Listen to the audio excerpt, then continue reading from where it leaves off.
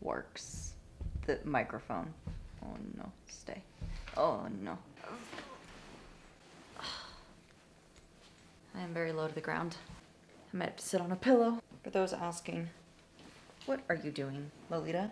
I am definitely not sitting on one of my couch throw pillows for this video.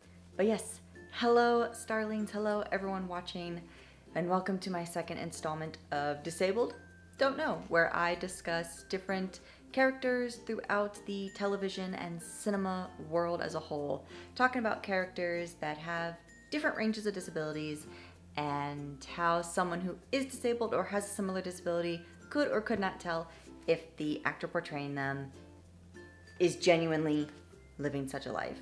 This is just for fun. It's not to hate on any of the actors. It's just to help give able-bodied people a little bit of an in-look on how we can spot differences that you probably never even thought of. So this is more of just an intriguing take for people who have not lived this life or do not have anyone in their lives, see what we see.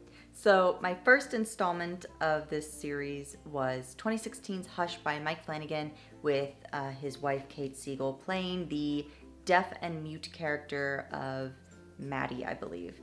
I hopefully will link it right here if I remember. Now I'm so happy I can finally talk about this series on YouTube now that the SAG-AFTRA strike is pretty much over at the time of recording this video.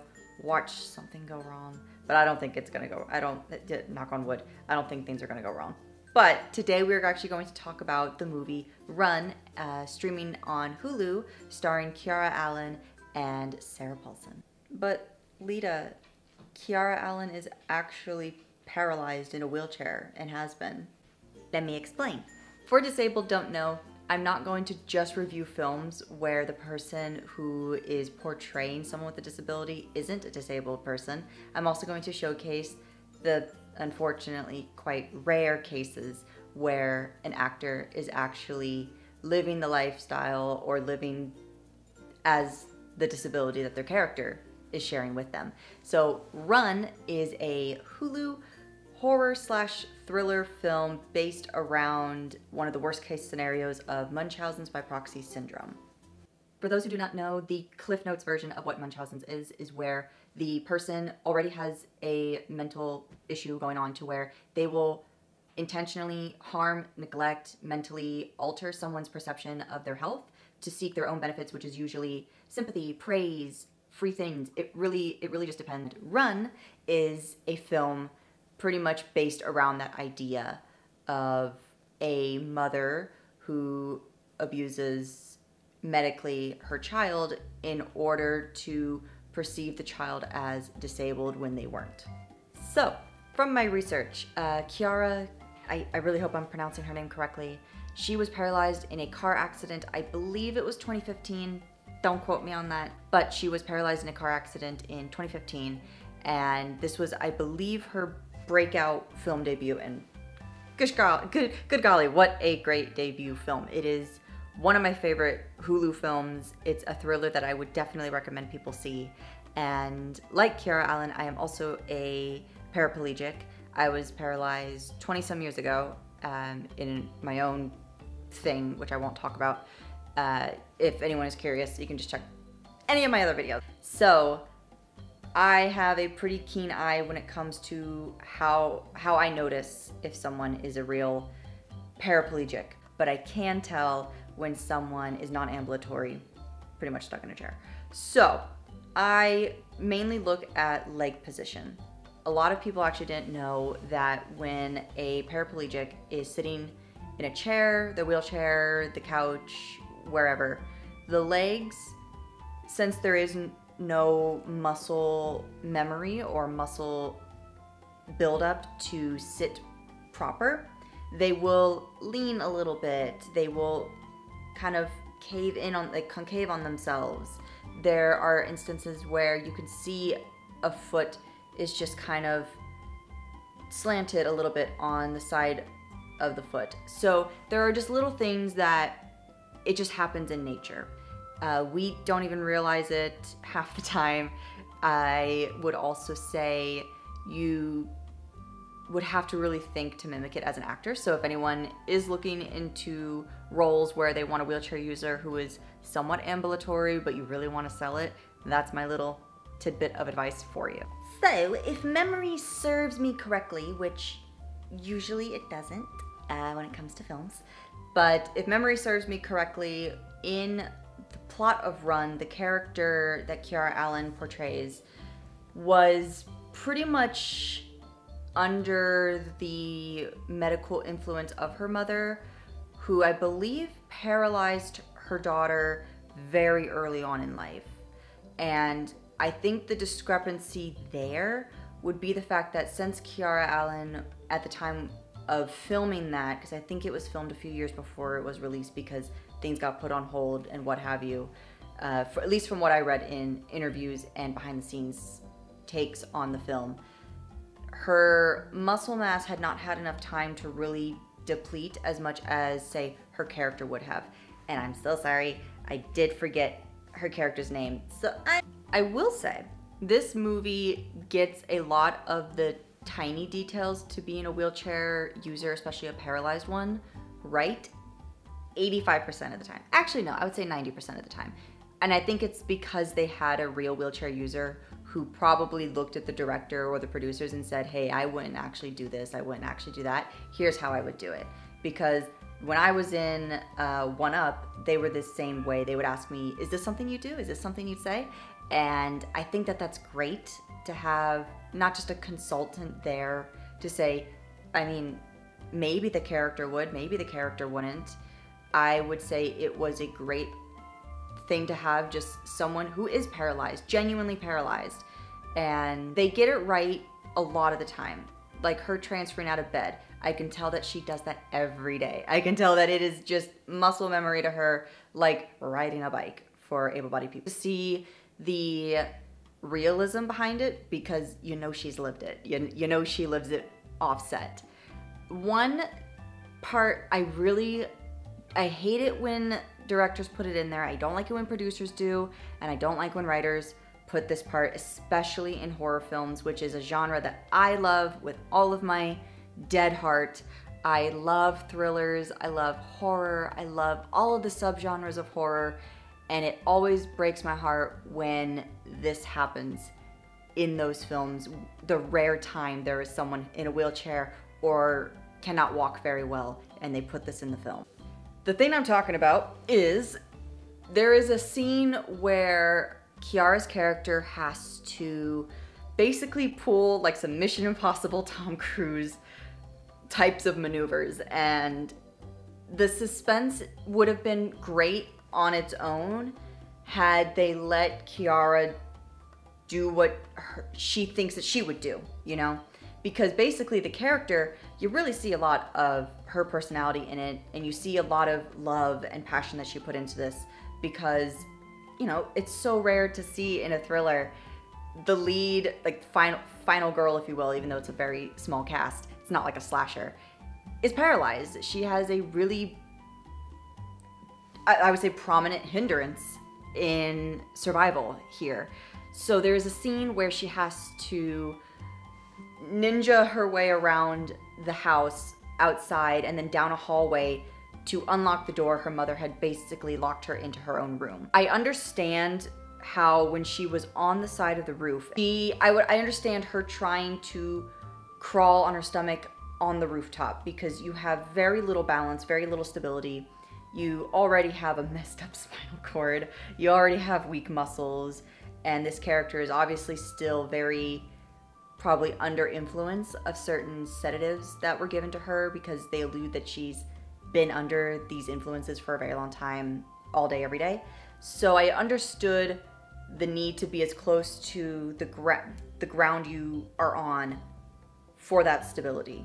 But once you're in the house, I feel like it's just, this angers me. So she's in the house, she slides into the house, and me, personally, and a bunch of other friends that are similar to Kiara and I sent them clips of this and said, what would you do in this situation? How do you think you'd be able to get to your bedroom door the fastest? without the use of your wheelchair and nothing to aid you. They said, like me, they would sit upright and then they would hop down the wooden floored hallway. It's quicker, it's more efficient. It still leaves that air of suspense, but instead, I don't know if it was the director, I don't know if they were the producers, I don't know if it was the writer, but they had her remain on her stomach and crawl. You've seen this in Game of Thrones, you've seen this in Run, you've seen it in probably every film where there's a suspenseful scene with someone who's paralyzed. Newsflash to any director, producers that may stumble across this video, we don't do that. Realistically, even if you wanted suspense, you can find another avenue for suspense. I mean, we're pretty low to the ground. I think opening a door that's locked is gonna be a little difficult on our own. We don't need to be on our stomachs. And I ran into this issue a couple of times with some theatrical productions I was in and no budget, small budget projects where they wanted me to do something similar. And I basically told them, one, I'm not gonna risk dinging up my legs, possibly breaking something, or severely bruising and causing pressure sores just for that when I know there's an easier route that's gonna look far more realistic. I always say that when it comes to horror films, the best way to scare someone is to have it be realistic and you can put yourself in that situation mentally and it scares you. But why is it focused on my chest? Okay, sorry about that. So I would say my favorite part of this film, besides getting to see Sarah Paulson be this crazy fanatic, crazy mother, I think their chemistry was just so good. You can tell that they really got along on and off set, and it really made the creepier moments better, especially when someone who has Munchausen's genuinely does not think the actions that they are doing are wrong. So I think that that was a really, really good portrayal of it, in my personal opinion. I would also say my favorite scene, though, was when, spoilers ahead, I will just put that here. If you don't want to know the ending to this film, please don't watch this segment. Sorry, but, okay, spoilers now. At the end of the film, she wins against her mother, and she's able to go into rehabilitation, and we discover that she's now able to walk. The medications that she was giving her were able to reverse their effects, and slowly but surely she's able to use canes and other walking assistance to walk again. And that scene was so well done in terms of CGI that I thought that Kiara Allen actually just really, really studied wheelchair users, non-ambulatory wheelchair users, and she actually could walk this entire time. So I had to pull out my phone and Google it because I was stunned. I thought, wow, this girl actually fooled me. But it turns out it was just amazing, like, After Effects work. And it warmed my heart to see that. I can only hope that one day, if I'm ever in a film project, that I could see myself CGI'd and standing, because the only time I ever saw myself stand were my walking braces, and it's very obvious that it wasn't natural given the metal and the plaster, and it does, you can tell I'm in walking braces. And I think it'd just be a dream come true. I think that's my next big dream, is to see myself in a film where I can see myself rise up out of the chair and I just look 100% able-bodied. It'd be the coolest thing to see. I think it'd be something I would take a little screenshot of and put in a little photo album or on the wall, because I'd never seen grown me walk. The only pictures I have where I'm walking, I'm like 2 years old. So I give my props to those who made Run, everyone that was involved. I know it can't be a perfect film, but it was so close to being a great representation in a scary film. And I totally recommend people go see Run. It's on Hulu, I believe. I don't know if it's on any other streaming service. That's where I watched it. I think Sarah Paulson did great in her portrayal of a crazy mother. I think Kiara Allen did a great job being a smart young woman who knows that something's wrong, but she still wants to give her mother the benefit of the doubt. It's not a straight up, she hates her mom, total villain. It has the moments, like very realistic tones, where she wants to hate her, but you still have that underlying guilt of, but she is my mom. And as much as you want to like shake the person and say, but look at what she's done, you really have to be sitting in her shoes to understand that it's easier to say it when it's not in your own family. Only go up from there in terms of wheelchair-bound characters in all different genres of cinema and letting them have a say in what's realistic, because I don't know, it's like seeing a team from your home country saying, hey, that's my team. Go team. But thank you so much for watching. I am going to possibly review Don't Breathe and Don't Breathe 2. Thank you so much for watching. All of my social media links are linked in the description box below, along with my 4 novels on Amazon and codes to save you money on all different kinds of products. I hope you enjoy those. Comment down below what you would like to see next, or if you had any comments about the 2 films I have discussed already. I cannot wait to see you guys' responses to that. And with all that being said, I will see you all later.